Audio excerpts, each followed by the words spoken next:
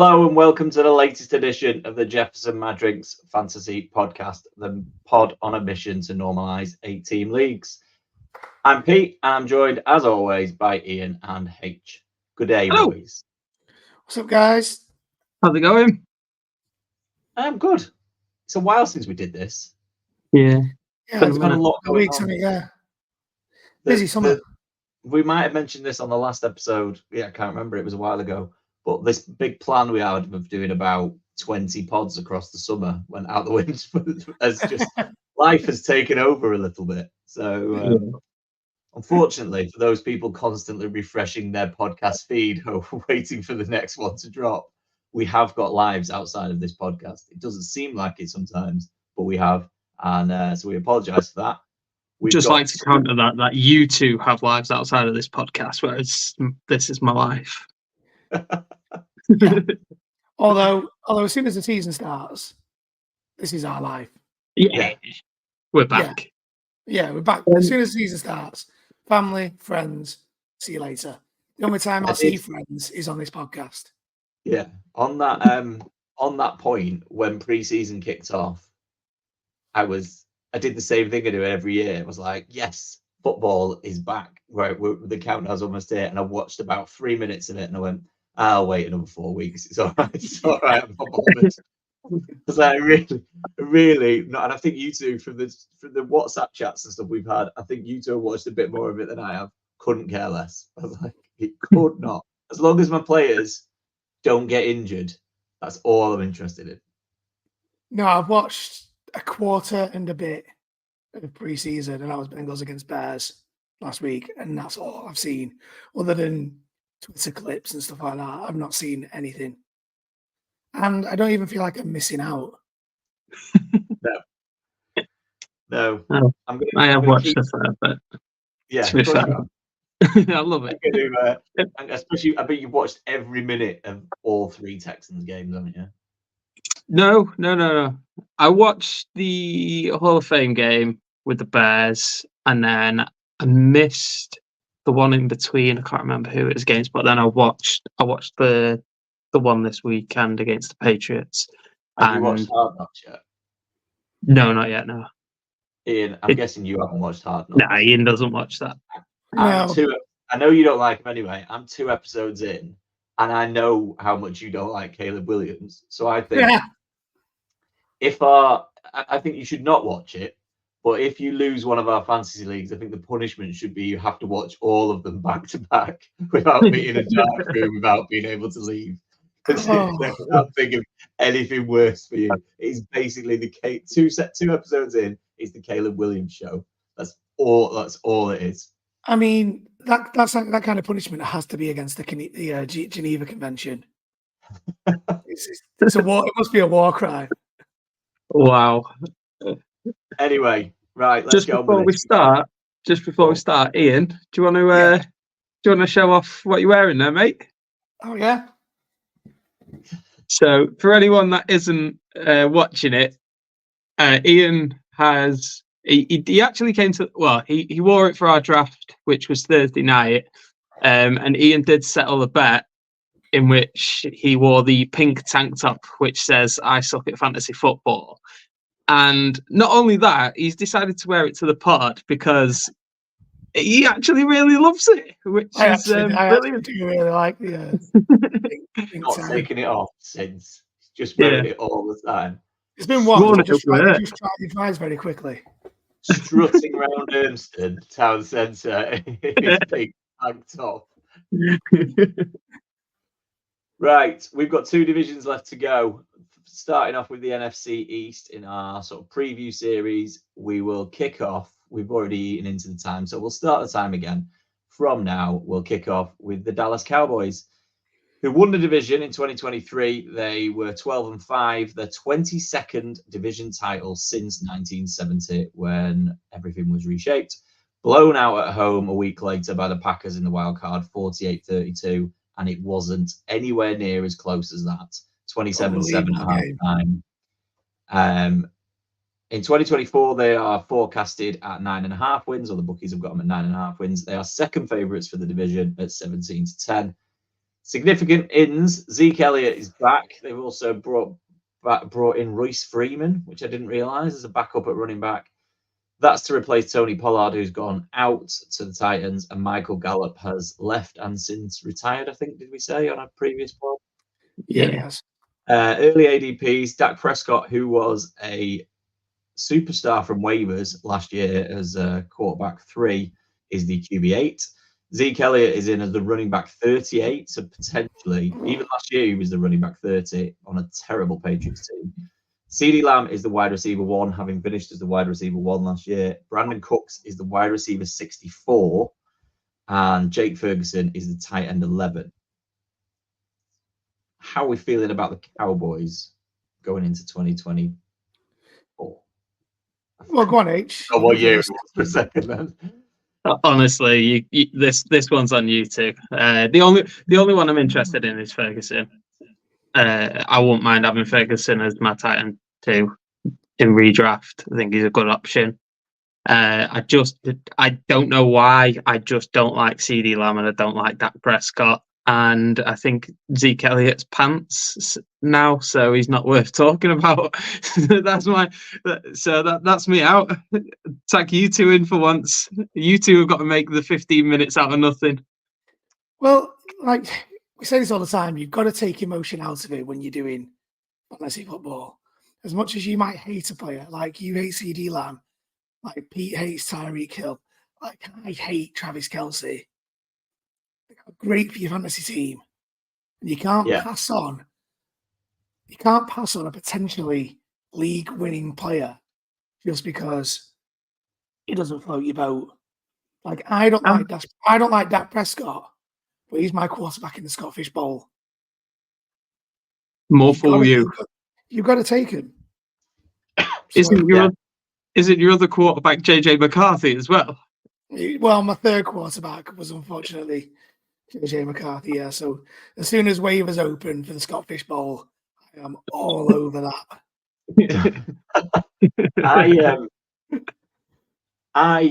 The thing with the Cowboys is, and the argument for CeeDee Lamb is not just what he did last year; it's that there's nothing else around him. They haven't brought anybody in. They haven't. It's not like they've gone. Oh well, we had to go to CeeDee Lamb last year because it was not only was he a great play last year, but there was a level of volume there that got him to that point. It's going to be the same thing again. It's going to be Dak to CeeDee. Now we've seen it happen, and that's what you want in fantasy football. And I think this is what Ian's saying. And we're not going to convince you, H. So it's fine. I'm quite happy for you to skip him, and I'll pick him up. But which might happen in one of our drafts in a couple of weeks. Our last one. Yeah. Oh no, yeah. Well, I'm drafting it. Pick 1. I'll give you a clue. If you're at 2, you're at 1. I thought you were at 2. Yeah. You're at 1. Yeah. No, I'm at 1. Yeah, so you're not taking Lamb at 1 then. No. The thing is with him, I just can't see the Cowboys not being even 80% of what they were last year. And if they're 80% of what they were last year, Dak and Lamb have to be at least 80% of what they were last year, which is more than good enough to take in the first round, because that's all they've got. Brandon Cook scored a lot of touchdowns last year. He didn't do a hell of a lot else. Is he going to keep that up? Ferguson might be a little bit better. He might have a bit of but even he was a tight end 9 last year, so he had a decent season. He's going as a tight end 11. There's a lot of, on paper, there's a lot of decent tight ends this year. So I'm not sure how much he can jump up into that. But for me, Lamb is locked in for unless injury or some sort of disaster, I can't see Lamb not finishing in the top 3 wide receiver.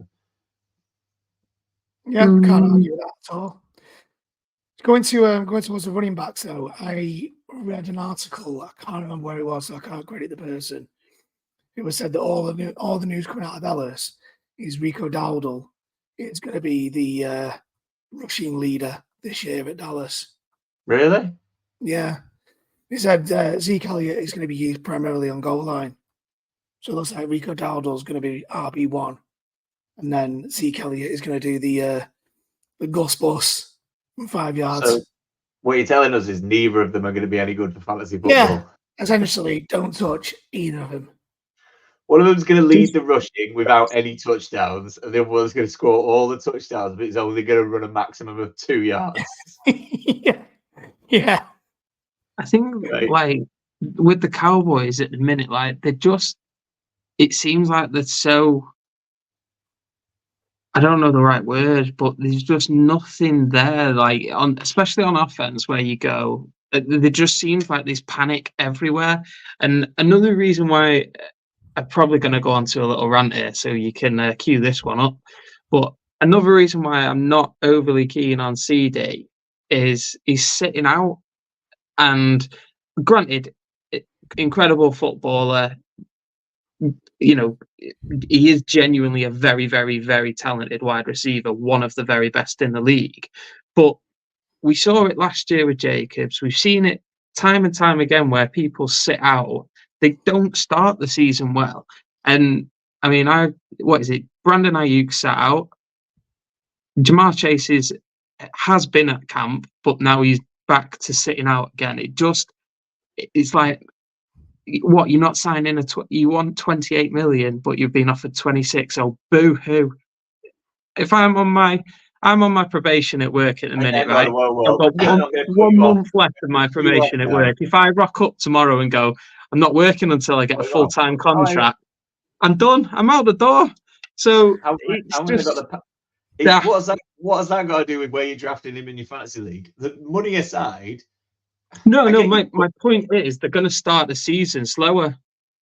I genuinely believe that the receivers out there may start the season a lot slower because they've not had that warm up, they've not had that connection and everything like that. And I always find it really hard picking players when they've sat out the off season. I think it's slightly different. I see Josh Jacobs' point. I think it's slightly different with running backs. I think that's a different level of. I don't know. It's a bit. I think like when you're as good as CD. Yeah, I think when you're as good as CD, the connection will be there with Dak, but it may not hit like the heights that you want it to until sort of week 4, week 5. Yeah, but that's all right. Not when you're drafting him in the first round. You want him to go out there and smash. Yeah, but nobody's going to smash. It doesn't matter where you draft him. Even Justin Jefferson and with Kirk Cousins did smash it every week. It's like they're not. If he starts slow, he started slow last year and ended up as the wide receiver 1. So, and won people championships because he got strong towards the end. So that's when you want him to be good. Well, he did start slow because I managed to trade for him in about week 5. I can't remember who I gave away, but it was nothing. I gave away nothing for CD Lamb in one of our leagues to Dave. And he gave me him for nothing. I can't remember who it was. But yeah, he did start slow. But there is also the risk that he doesn't get the contract he wants and holds out. Like when I took Le'Veon Bell at 101, the year he sat his final contract year out. I think that would be the only concern, is that they don't pay him, but they can't not pay him because we've just gone through all of the other options. Yeah, that is a terrible. I mean, you take CD Lamb out of that team, and we're going to go on and talk about the rest of the division, but arguably that offense is the worst in the division if you take CD Lamb out of it. 100%. Yeah. They can't. 100%. They can't go into it, and I think there's a lot of.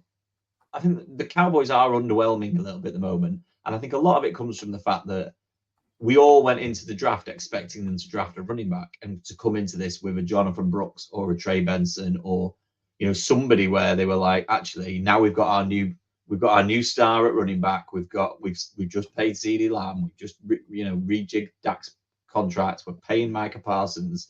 That was kind of what everyone expected. And they haven't done any of it. It's literally like Jerry Jones has just forgotten what he's doing or what he's supposed to be doing. They seem to want to drag it out for as long as possible. The worst thing about it, though, is Jerry Jones went, we're all in next year. Well, if you're all in, make it at least look like it. Like they've been no off-season moves where you've gone, oh, that makes the Cowboys better. I mean, there was Eric Kendricks who comes in to start as middle linebacker, but that's not fantasy relevant. Like there's just nothing there. Like they've not picked up a receiver, which they needed to. All right, Jake Ferguson, I personally think he looked really good towards the end of the season last year. I think Ferguson will develop nicely this year. I think he's going to be a real big weapon for them. Brandon Cooks as your wide receiver 2 proved last year he's not as sharp as he used to be. Granted, again, a lot of touchdowns, as you mentioned, but that's it. They lose Tony Pollard. So within the last 2 years, they had probably one of the best 1-2 combinations in football. Granted, Zeke's lost a step. But they've now lost Pollard. Yeah. They've not replaced. He's only running 2 yards at a time now, so it's all right. Yeah. But they've not replaced anyone. They lost the left tackle who was going to be who was the main protector of Dak, which is Tyron Smith. Like, there's so many players that have left, and they've just not replaced them. They've not made a step. I don't see the Cowboys winning this division. I don't see it even being close. I think Philly will smash it this year.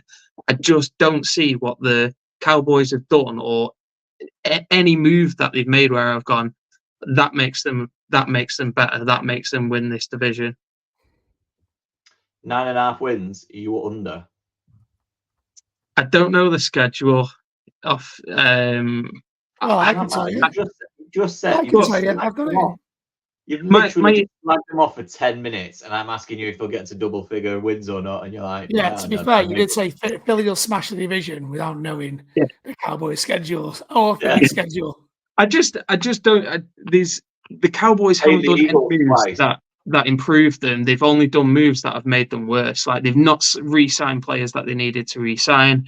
They've not picked up players that would make them better. They lose the run game. The wide receivers, I couldn't even tell you who wide receiver 3 is. It's probably Tolbert. 200 yards last year, 300 yards? Exactly. Yeah, it's Jalen Tolbert. Like, there's nothing there that impresses me about Cowboys. So if I were, the defense is strong enough to win them games, though. And that's the difference.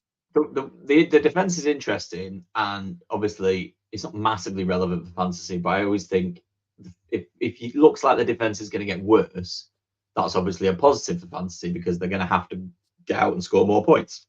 Yeah. So that is worth considering. And the defense was heralded last year under Dan Quinn. So you've got to assume the norm would be for them to take a step back under a new coordinator. Like, could be absolutely brilliant. They could go out and win a load of games 17-10. But the chances are that defense isn't going to, at least at the start of the year, especially, isn't going to be as good. So they're going to have to score more points. Yeah. But I mean, I can't say, like I say, they've got to pay CeeDee Lamb, and I appreciate that, but I just think they will. I think all of these deals, they've got to. I think all of them get done by the end of August. Yeah. They just, I don't know why teams leave it so long, because you're going to pay him in eventually. Yeah. What do you have the Cowboys going here? 13-4. They're going to lose the divisional. They're going to lose the divisional round to the Eagles. Are they winning the division at 13-4? No, they're not. The Eagles are. You've got a lot of teams putting up a lot of wins. And there's a lot of teams getting battered. Yeah, there's nobody. No one's in the middle. There's no one in the middle. There's the NFL that's literally designed to keep everybody as close. There's no one going 9-8. And you're like, nope, not happening. There's no 9-8 this year. You're either Man City or you're Everton. That's there's no two ways about it. That's I just can't see that. Losing the divisional round, did you say? Yeah, you're going to lose the divisional round to the Eagles. Right. Okay. Who are the 4 losses to? The Steelers, the Lions, the Niners, and the Eagles. So they beat the Eagles one game. I disagree with that one, Ian. I'm not going to lie, mate. All right, you can disagree. We'll see. We don't always agree, do we? As evidenced by this pink tank top. Speaking of the Eagles, we move on to the Eagles. Absolutely.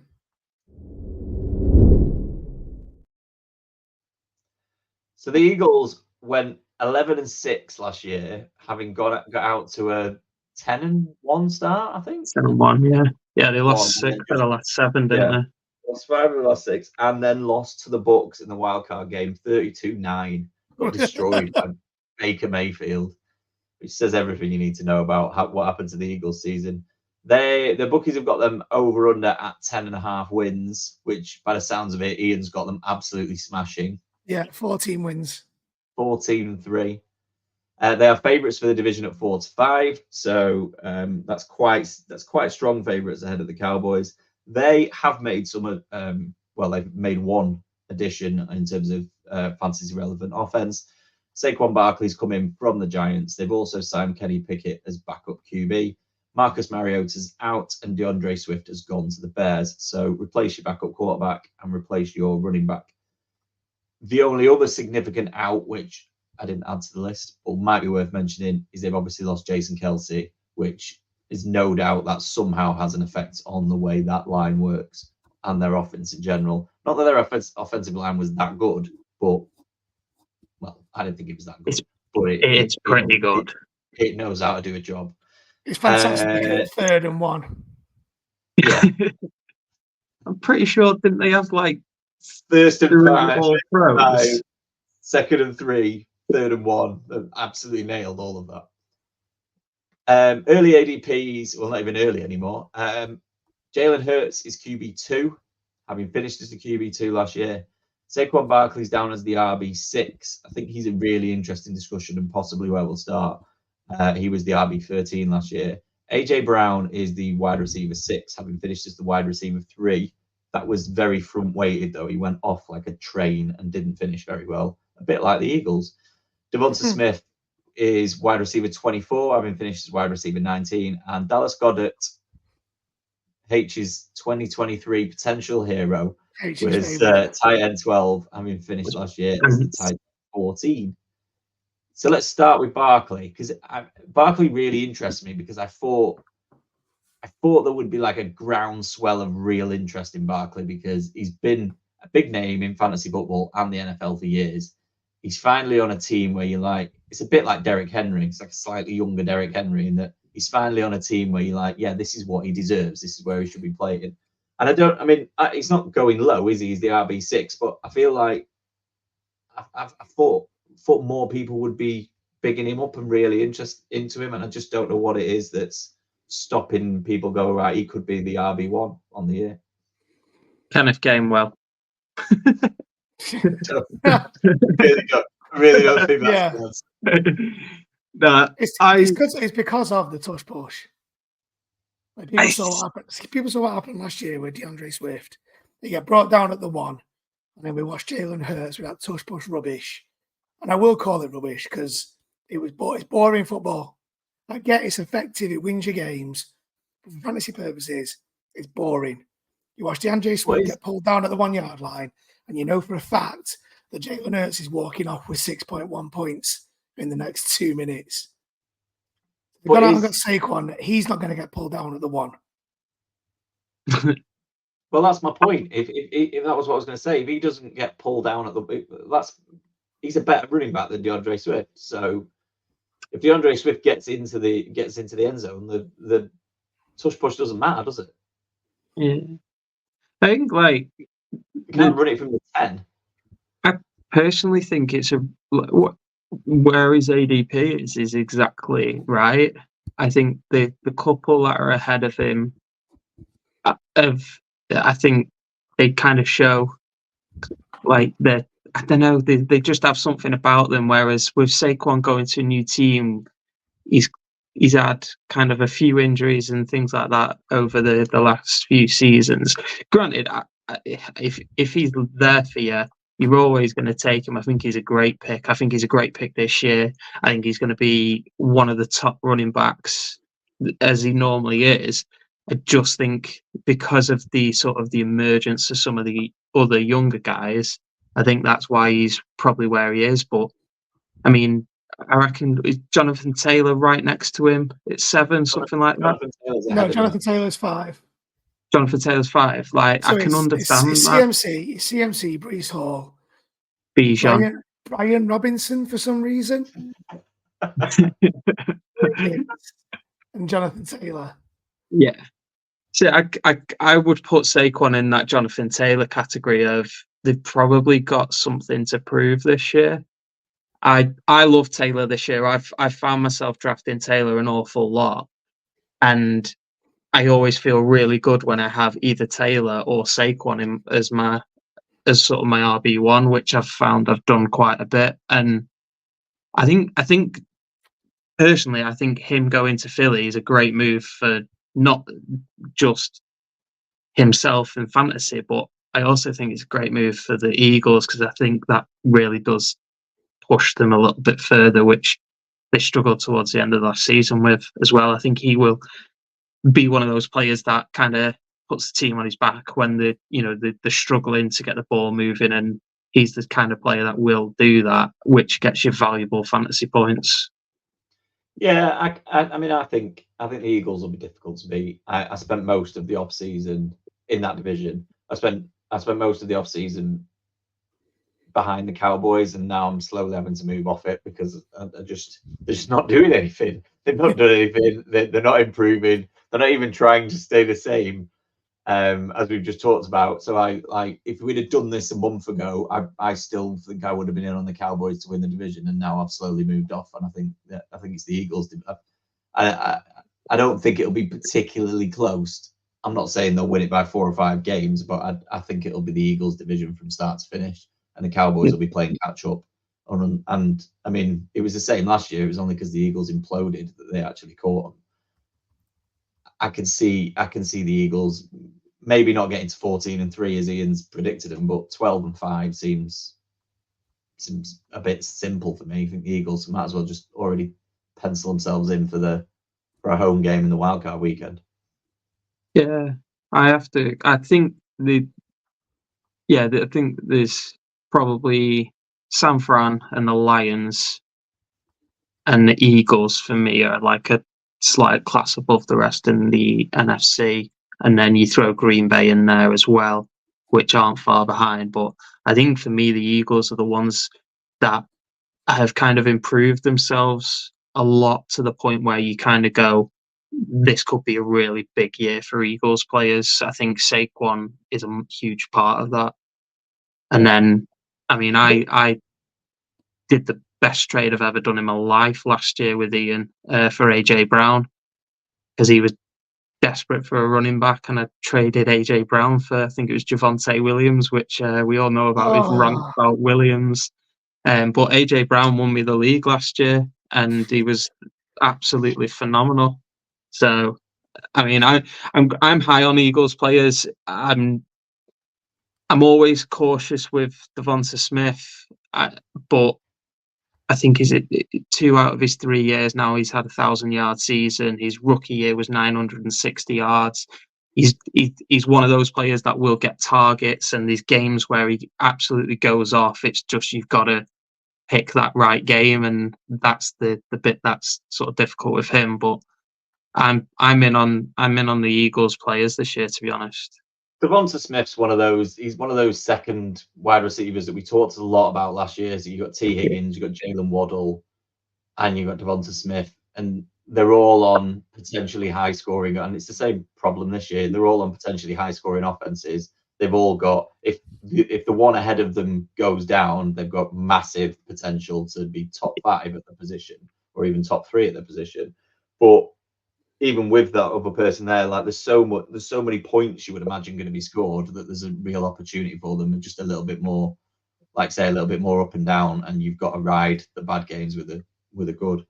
That's exactly how I see Jalen Waddle. I think I'm far too in on Jalen Waddle at this point. He's in far too many of my teams. He's going to ruin my season at some point, but I am aware that I'm gonna have to ride out the bad games because to get to the good ones, it's not going to be the consistency that potentially an AJ Brown would give you.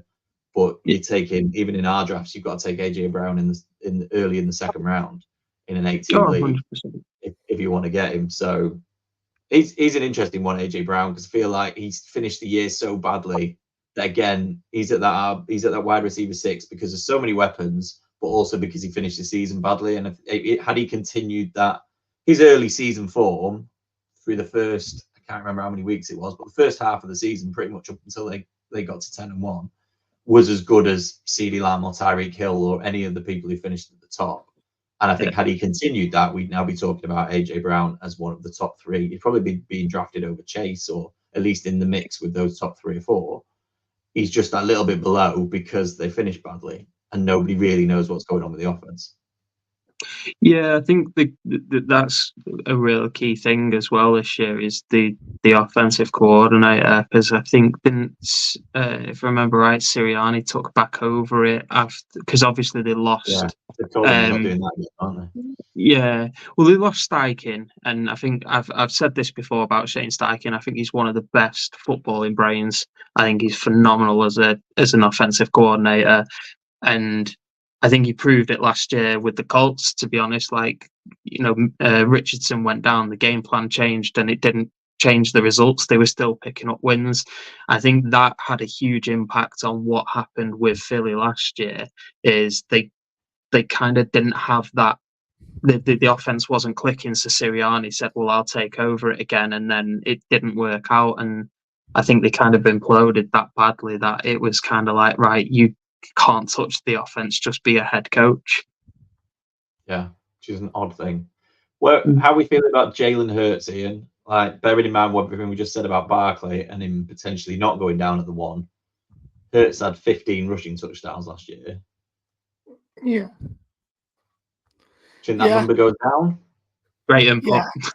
Yeah, it goes down to single figures. Okay. Yeah. I don't think he's getting 10 or more rushing touchdowns this year. Yeah.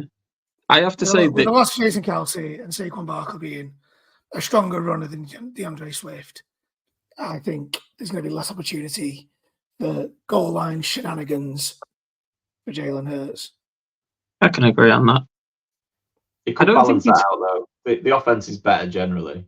Yeah. However, with the offense, I'm still taking him. I'm not avoiding him at his ADP. Yeah. Two.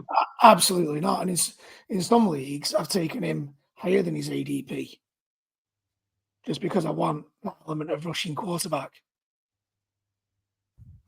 Okay. I like Hurts this year.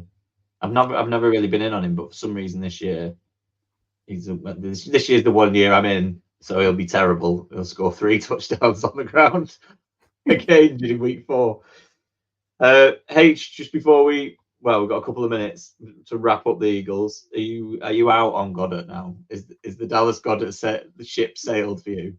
Yeah, I still like him. I still really like him as a footballer, but in terms of fantasy redraft, there's no point anymore. I think there's a few younger players that have stepped up, and sadly, it's just one of those ones where he sort of fades out a little bit. But probably, if you draft just one tight end in a redraft and you need to waiver 1 week, he could be an option, but it depends on who they're playing and things like that more than anything. But yeah, I still love him. Still my guy. He's definitely going to get picked up at some point. He's definitely a waiver pickup for someone. Oh, 100%. 100%.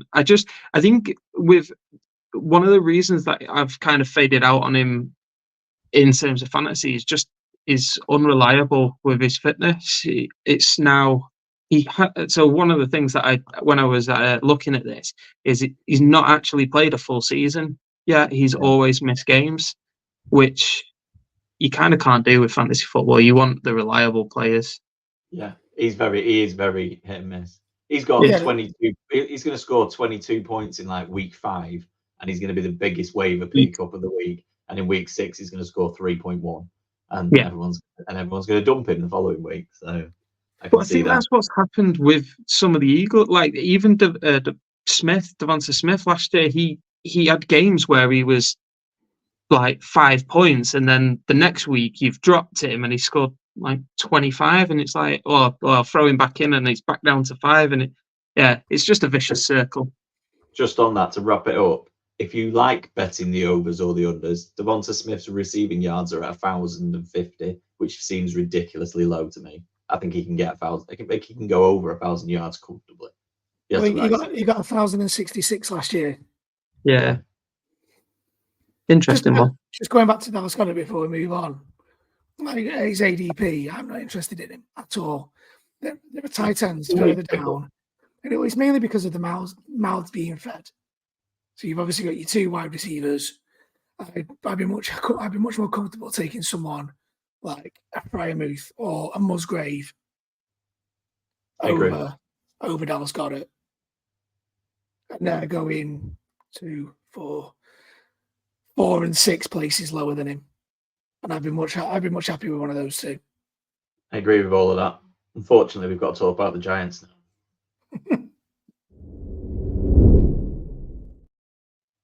I have absolutely no idea how we're going to fill 15 minutes on the Giants. I don't even think I can help you with this one, lads. Here we go. I mean, I'm sure Rich has got 10 minutes of Malik Neighbours chatting him.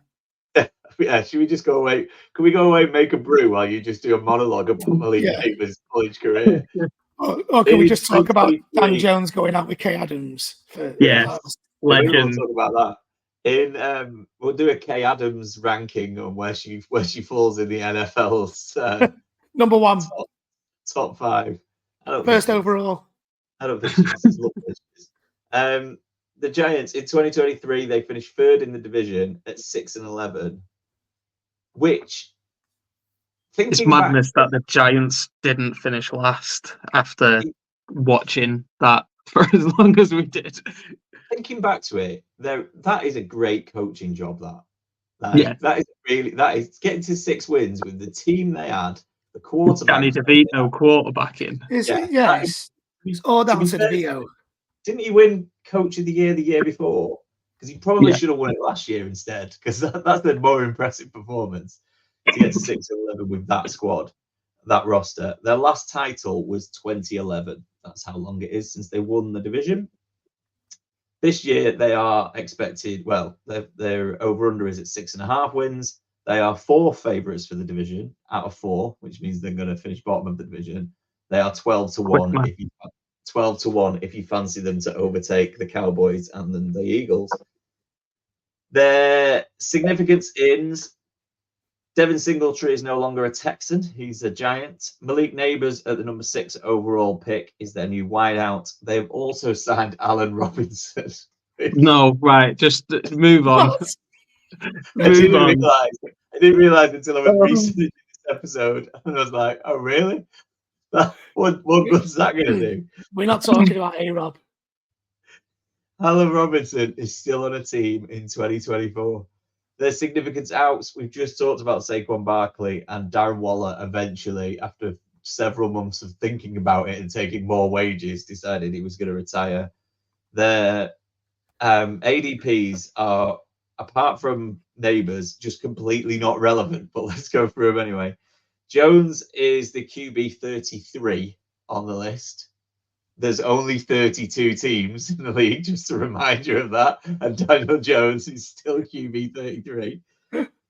Devin Singletary is the running back 33. Malik Neighbours is the wide receiver 21. Wan'Dale Robinson, who is the next notable wide receiver, is wide receiver 78, which I've just put in there as a note that there are no other notable wide receivers. And their number 1 tight end in terms of ADP is Theo Johnson, who is the tight end 27. That is the complete and utter mess of a team. I cannot see anything. I mean, we're going to go and talk about the Commanders in a minute, but I can't see anything other than the Giants finishing bottom of this division. And some divisions, I remember we went through them last year and we were talking about the Cardinals, and it was like all year, it was like, some divisions just look like, some teams just look like they're going to not be good enough. And the Cardinals last year, and this year it's the Giants. So before we talk about the Giants and players that are still there, Darren Waller, this year he was due $18 million if he played. Just play, mate. You've been binned off by your wife. Just play the year. I don't think he needs the money, mate. Oh, well, he's going to lose half of it in the divorce. Well, no, because she's quite rich. She's a professional basketball player. Oh, that's right. Yeah. She'll definitely say no to half of his money then, won't she? Well, no, yeah. I get what you mean. But no, he was the highest paid tight end last year Yeah, 18 million he was going to get this year. And he just thought, oh, you know what? Do you fancy it. remember him Right, getting hold on. bumped up? Ian, would you ADP take like 18 million a year to go and have Dan Jones throw you the ball for a year? Yeah. Have no chance of winning anything, getting You're not- absolutely pummeled because he's you're going not to gonna- throw you're not- you suicide passes. Yeah, but you're not going to get tackled after a catch, are you? There's going to be nowhere near you. I'd do quite a lot for 18 million, to be fair, actually. This doesn't sound, this just sounds like Yeah, quite that's true. anywhere All right, then, near high enough a bar for me. I'll put it into context then. If you already had a colossal amount of millions in the bank, like, and you set, he's gone and done his music career thing as well, and he, like, I don't know how it'll go, like, but you know, he's got other things that he wants to I do. know how it'll go because I've heard his first song. He's a worse singer than Dan Jones is a QB. Is this like Lev Bell-esque? Didn't he do his own like? Yeah, and so did AB as well, didn't he? Antonio all Brown. bad. It's all bad. Just play the year, man. He's happy. Leave him be. Yeah, fair enough. Do you remember his ADP rose to like I'm sure he was like tight end 6 or 7 by the time we drafted last year. It was I ridiculous. said he wouldn't finish in the top 10. Yeah, there was so much hype around him. And I remember thinking, there's no way he's going to finish in the top 10. And then when we did I remember earlier in the year when we did our summaries of where we projected them, I must have got carried away and gone, maybe he will finish in the top 10 and put him in my top 10. And I was like, I remember thinking he wasn't going to finish there. Got to stick with what you think. I mean, we're not talking about tight ends because I don't even know who Theo Johnson is. And I'm pretty confident 3 or 4 weeks I'm still not going to know who Theo Johnson is. So yeah, he's a rookie. He's a rookie, and the chances are it's probably going to be Bellinger that starts the season, and Theo Johnson's going to be a player that comes in later. Honestly, Theo Johnson's college stats would not put you in on a conversation with having him as a tight end one. Like there's two relevant conversations to have around the Giants. Number one is obviously Malik Neighbors. Now, I mean, he's going as wide receiver 21. I think it's going to struggle for him. He could be a top 20 wide receiver. You're going to struggle for him to be top 10, top 12 on a team that projects to be this bad.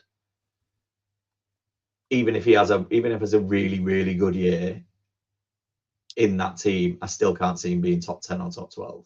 So it seems like I don't know. If he drops in drafts, and I've seen him drop in a few drafts, and I think he dropped in our draft last week. And I was like, that suddenly becomes worth taking because he could volume his way. I mean, he could get 20 targets a game because there's literally nobody else out there. So it's just whether he's good enough to handle it. So, and the little bits I've seen on him suggests he is good enough to handle it. Yeah. Go on, mate. Well, the argument is we treat Malik Neighbors like we treat CD Lamb. Which is basically the only. Even I will back Dak up here and say Dak is a better quarterback than Dan Jones. It's bad when I'm backing up the Cowboys. This isn't a comment on Dan Jones or Dak Prescott. I'm just saying that the Giants are likely to be losing quite a few games. Yeah, they've only really got the one receiver. After I was quite high on Jalen Hyatt last year, who only got 40 targets. So it's Malik Neighbors or nothing. Doesn't matter whether it's Dan Jones throwing in the ball. Devin Singletary, I think, will be relevant for the first quarter of games. Singletary was the other one I was going to mention because they like I say, I think they are well coached. 6-11 last year suggests they are well coached. There's some consistency there. And they will have games, maybe not 17 of them, but they will have games where they are relevant and they are in games. And I think Singletary showed last year that he can do a job. And as your running back 4 that you might need when injuries start kicking in or some people have got bye weeks and everything else, Singletary is somebody I wouldn't be ashamed to have on my roster. So I will I have both Neighbours and Singletary in our redraft, and I'm quietly happy that I've got them purely because with Well, both Singletary, of them. I think I've got both of them, or I might have got one in Dynasty and one in. I definitely have got Neighbours in one. I don't know which one, but that if you've got both of them, I should have noticed that and given you a little hammered me for it. Yeah. Yeah. So the reason with Singletary why I'm fairly high on Singletary, because you're getting him as your running back 4. He's going back to Brian Daboll, who was his offensive coordinator with the Bills, and I think it was his only 1,000-yard season was when Daboll was the offensive coordinator. I might be wrong with that, but I'm pretty sure that was when he had his sort of really good year. And then I think James Cook sort of towards the end of that season started to come into it a little bit more. So if your running back 4 is someone like a Devin Singletary, who, to be fair, became a little bit of a waiver pickup last year because of how well he ended up doing with the Texans. I also think because there isn't a great deal on the outside other than Neighbours. I mean, I quite like watching Wan'Dale Robinson, but he's not broke out yet. I was high on Jalen Hyatt because him and Tillman were the 2 receivers for Tennessee in college. I loved watching them play. So I was kind of high on those guys, and they've just not done anything. But we saw last year in college how good Malik Neighbours can be. So the reason that these are the only 2 players that we're talking about really is because both of them have such huge upside to them that they could be those late round steals. Say again. It's not a huge upside unless the Giants are really good. Well, they have the upside of being, if let's say for instance Devin Singletary you pick up as running back 29, 32, whatever he is. And he ends up being the top 16 33. Running back. Yeah, 33. And he ends up having a good year. 16 running back in that team. Because he's unless the 17 ahead of him get injured. They don't have much else. So he could be handed the ball off. Running backs will always get points. Running backs will always get points. Not if they're not scoring touchdowns, they won't. He's got to put up 60 yards to keep up with the running back from the other team that's just scored a touchdown because he can't get anywhere near the end zone because he plays for the Giants. Like they're going to put up points, and that's why he's they're going to score points. Running back 33. But the question is he going to? He's not getting to a top 16.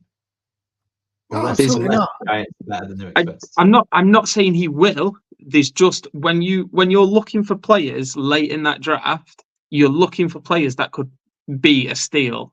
Singletary could be a steal. I'm not saying he will be, but I'm not drafting him as a steal. I might draft him as I need some good cover. Just to confirm, you don't have both of them on the same team. You do, however, have Joe Mixon and Stephon Diggs on the same redraft team, which you will only ever see a Houston Texans fan doing that. So. I think, if I remember right, though, I got Diggs in like the 12th round. Like he just kept falling, so I was not. We're not talking about that. Yeah, but there's a chance Singletary is far better than his ADP. All right, might not be top 16, but he is worth a gamble. There is more chance of Tyrone Tracy taking his job. There is a good chance of that. There is a good chance of that. Devin Singletary has more chance of losing his job to Tyrone Tracy than finishing in the top 20. I don't disagree, but he's going to start as RB1. So he's well worth the pick. For about 6 weeks. That's your opinion on that, though, isn't it? You don't know for sure Tracy's going to take over. We've heard yours. What happens if in the first 5-6 weeks, Devin Singletary puts up 80 to 100 yards each week, which he did for the Texans last year? 10 points. That's not very good. So because he has to get into the end zone, which means the Giants are going to have to be better. Yeah, he can have that, and then finishes RB40, and then he's not relevant at all. But are we more in on the Giants if it's Drew Lock? I think there's more potential with Neighbours. I think like my only argument, we've got what, a minute and a half left. My only argument is, I agree with that. Just to be clear, I started this by saying I don't think he's a bad pickup as running back, like your fourth running back. I think there's a solid amount of everything you're saying, H. I kind of agree with, because there's, to a certain extent, I think there's a solid base there. The bit I disagree with you on is I don't think there's a ceiling that you're seeing, and I think if in and around where he's going in terms of just the running back numbers, he's going just after Jaylen Warren. Now, I know Jaylen Warren's just picked up an injury. Jaylen Warren could be the running back 50, or he could be the running back 15. You just don't know what's going to happen there. There is an element of Arthur Smith's got in there. We all know the Steelers are going to score points eventually because somehow they're going to get to 9 wins. And there's just stuff going on there. The running backs who are going after him, Spears catches a lot of passes. Again, things can happen. Brian Robinson had a good year last year. Gus Edwards is on a team that is going to run the ball and is expected to be better. All right, Zeke Elliott. We've talked about Zeke Elliott. Chase Brown's a couple of spaces later. He's going to be on a good offense. I was like, I see. I think he's a good pick as and this will give me a baseline of 8 to 10 points probably every week. And if that's what I need, because that running back's out and that running back's out, and I've got my big explosive players in other places. I just need to not have a 0 or a 1 on my score sheet. I think Devin Singletary can give it to you, but drafting him expecting that he might start putting up 20 points a game. Didn't say that. You said he could be a top 15, 16 running back. To do that, you're going to have to start putting up in PPR formats. You're going to start putting up 18 to 20 points a game. There are definitely worse running backs than Devin Singletary. That's a completely different conversation. Yeah, definitely. Singletary is where Singletary's going. There's at least 2, maybe 3 running backs that you take over him at that space, which is Ty J. Spears, Brian Robinson. 100% I'm having Gus Edwards. See, I don't particularly like Tajay Spears, but I think his potential ceiling is higher than Singletary's, but his floor is much lower. Because again, I don't think the Titans are going to be very good. But Singletary won't get to 15 points once this year. Ooh, now that's a bold claim. Right, and on that, I felt like there was another tank top bet going on. He will get to 15 points in one game. I will give him that. Right, we've got one team left in this division who are a little bit more exciting than Giants, I think.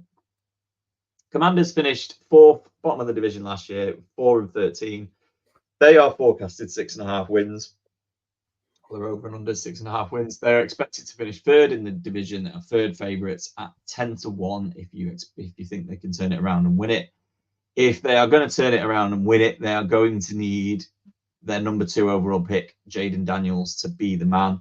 They also drafted Ben Sinnott at number 53 tight end and Luke McCaffrey in 3rd round, so they've really gone for it. Didn't they have one of the highest amount of draft picks of anyone in the draft this year? I think it was 7 in the top 100, wasn't it? They've also brought in some experienced faces in Marcus Mariota, Austin Ekeler, and Zach Ertz. Going out, Jake Brisket, Howell Gibson, and Curtis Samuel. So it's all changed with the Commanders. They've got a new coach. I think they've got a new offensive coordinator. They've basically just got a new everything. The only thing they're not changing this year for the time being is their name. So ADP-wise, Daniels, not to be confused with JJ McCarthy, is going as QB 15. Ekeler is going as running back 31, which is an interesting conversation if you bring that into the Devin Singletary, who's going 2 spaces later. Brian Robinson is going as running back 36. McLaurin is going wide receiver 32, having finished at 28 last year. Jahan Dotson, Joanne, as he's well known on this podcast, is going as the wide receiver 67. And Ben Sinnott is going as the tight end 18. Interesting. I'm quite interested in actually seeing the Commanders and what they can put together this year. Let's start with Jahan Dotson, Pete.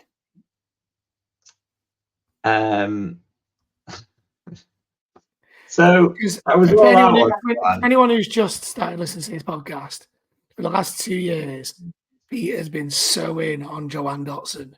Well, yeah, and I was all ready to be out. This has happened to me on a couple of players this summer, but videos. One of them I'm not going to talk about because no, it's not hype videos. It isn't actually. One of these players I'm not going to get to talk about because I think we're doing it on the next episode, and I'm going to miss that because I'm on holiday. So we'll save that conversation for another time. But this one, Jahan Dotson, he's going so low in drafts that I find myself being drawn back in. Because of everything we've just said. It's like there's a whole new offense, there's a whole new system, there's a whole new quarterback, everything's new, and I still think there's no Curtis Samuel there. I think Luke McCaffrey, we'll see what but they're going to bring him along slowly and see what happens. So you've basically got two weapons in McLaurin and Dotson, and granted Jaden Daniels is great on the ground, but part of the reason they drafted him was because he knows how to throw a ball as well. So I found myself rising on both McLaurin and Jahan Dotson because I think they could both outdo their ADPs. And I'm not saying Dotson. I'm not saying Dotson's going to be a top 20 guy because I don't know, but I think he could have a spell. He could have spells in the season, and I've got to ditch two players from our main dynasty league, and he was top of the list to be one of them. And I was upset about it, and now he's working his way down that list, and other people are moving. It's like I just can't let him go. Jalen Waddle's gone instead. Brown is injured again, so he might be taking Jahan Dotson's place on waivers. Yeah. So I don't know if that answers your question, but that's where I'm at with Jahan. Yeah, fair enough. I mean, I won't be touching him, but you are more than welcome to it. Do you disagree with my argument though? No, I don't. Like honestly, I don't disagree with your argument because it's essentially a 2-receiver room unless Luke McCaffrey is ready to do stuff or like straight from the go. So you see the value in someone like Dotson, and you're going to put a lot of faith into Jaden Daniels there. But like last year in our main dynasty, I tried so many times to get rid of McLaurin, and no one would have him off me. And now this year, I'm really happy that I didn't get rid of him. Yeah, I at least want to see. Yeah, I think that's it. Like, I'm not saying that I've got like a load of expectation there, but there's suddenly hope again. And maybe he's in year 3, so if it doesn't happen this year, especially from a dynasty point of view, it's like you can cut him. That's if he finishes as he ended up as the wide receiver 56. If he finishes wide receiver 56 again this year, he's no good to me. I can cut him at the end of the year, or probably even by mid-year. But I just feel like there's an element of hope with a whole new team and what potentially could be. And I think you hear a lot about when you watch like NFL media and the general media around the NFL, especially at this time of year, a lot's made about winning. Who's going to have a winning record, who's going to beat last year, and teams going from 4th to 1st. And I'm not saying by any stretch of the imagination that the Commanders can go from 4th to 1st, because I don't think they can. They're not going to be, because there's just too many. Or with the Cowboys and the Eagles, there's 2 heavy hitters in there. I don't think the Commanders are going to do that.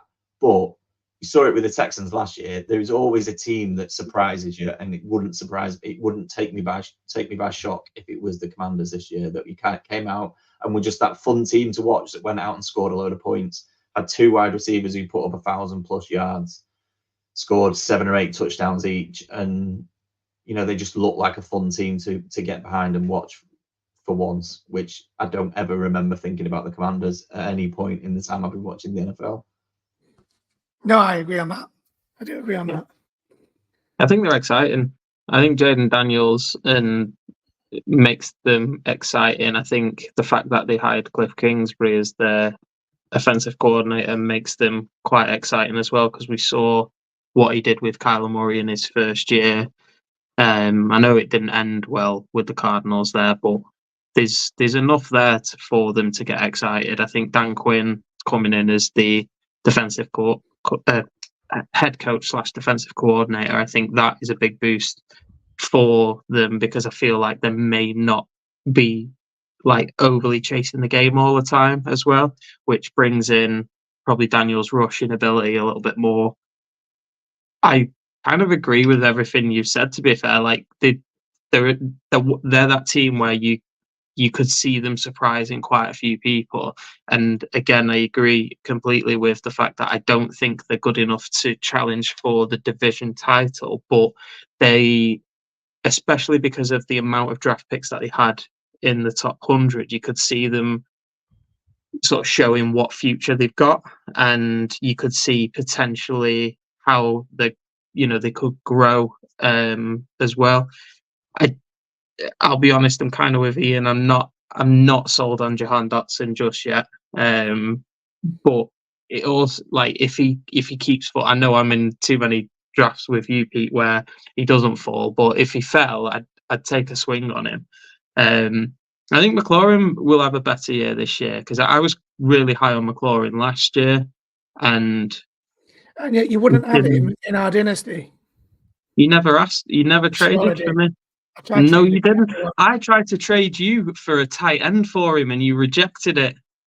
Yeah, because I'm not giving you a wide receiver one for a tight end. Don't be stupid. When you don't have a tight end. Because I'm fairly sure it was Dallas got it. There's nothing people enjoy more than listening to you two talk about why you wouldn't trade with each other. So yeah, carry on, man. Yeah, but I picked up Jaden Daniels in, I can't remember which draft it was.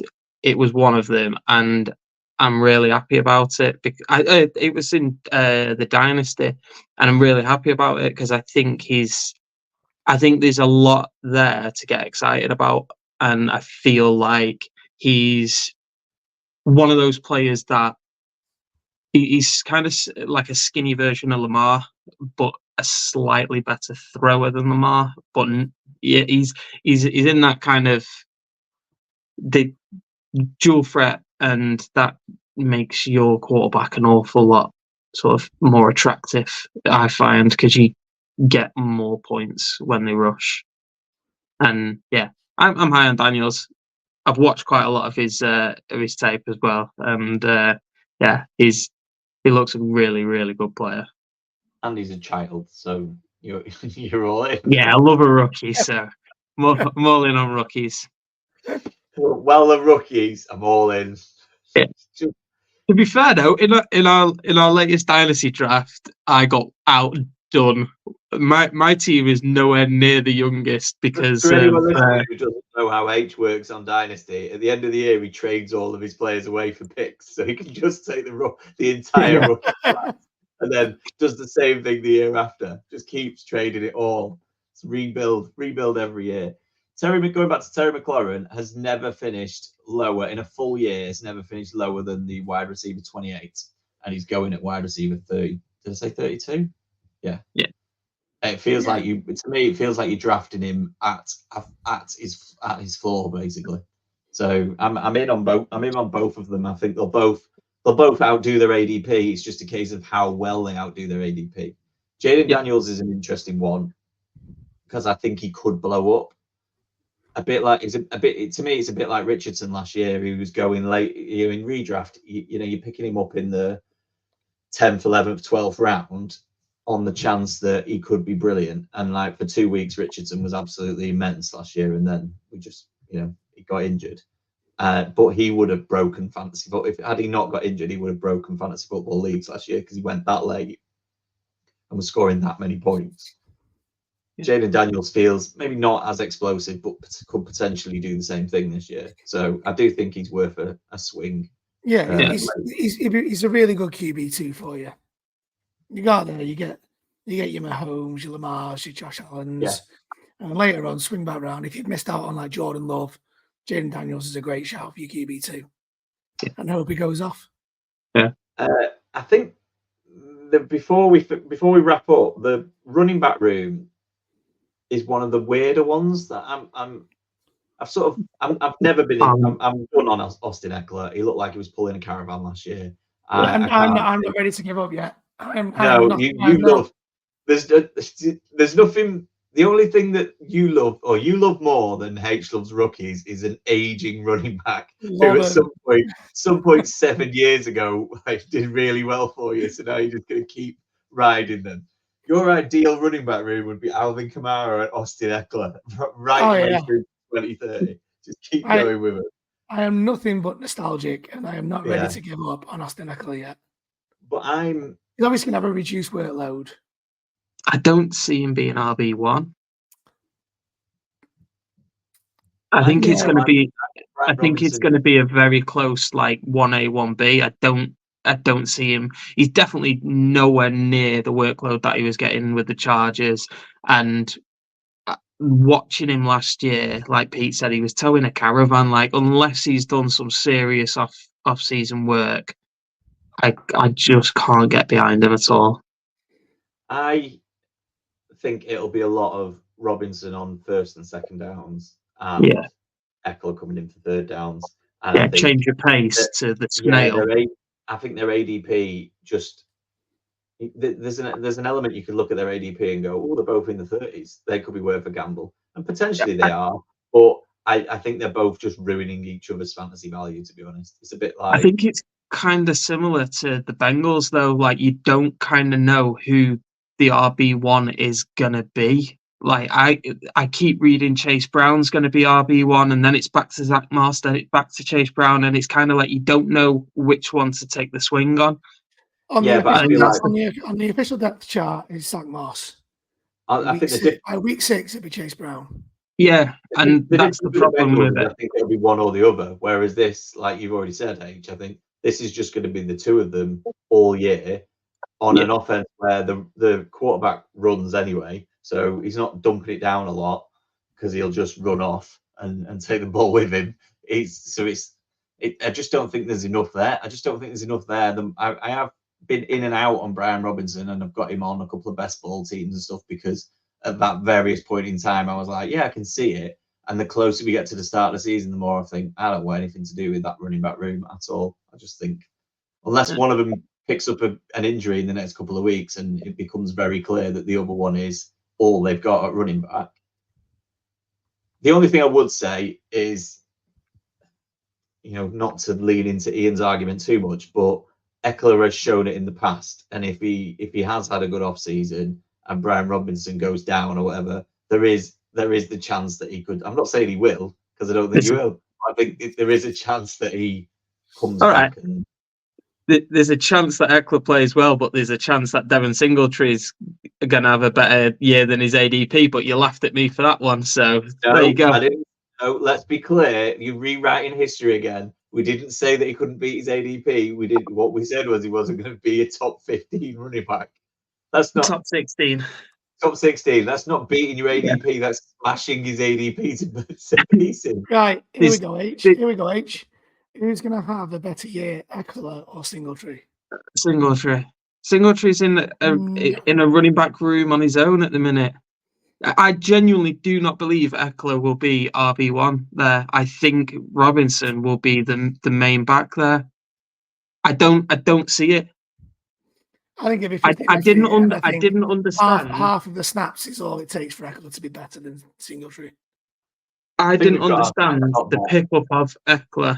No, because we've already said that it's going to be on the. We said we were going to do one of who could break the. I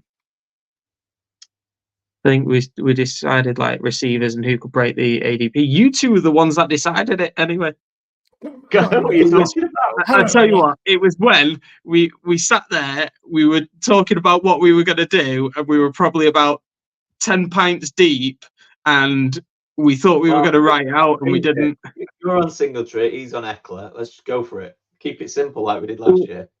Well, why aren't you getting I don't involved? mind that. This is between you two. We'll find one for Pete.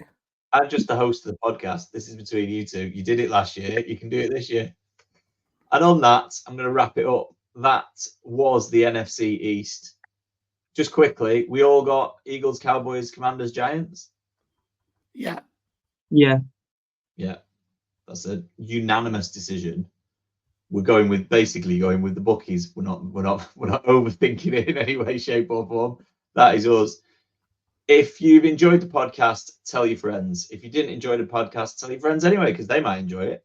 Follow us on all our social medias at JMD Pod. Go over to YouTube, like and subscribe, and ring the bell and do whatever it is you do on YouTube. H has been updating TikTok, I believe. I've done a bit. H going to update TikTok. Yeah. So keep an eye out for that. It's going to put some stuff on Instagram. We've got a lot coming up in the next few weeks. Yeah. We've got a lot coming up in the next few weeks. So keep your ears out. We've got one more division to do, and then you'll be hearing from us with a week 1 preview show, which I'm really looking forward to. So, like I say, tune in, keep listening.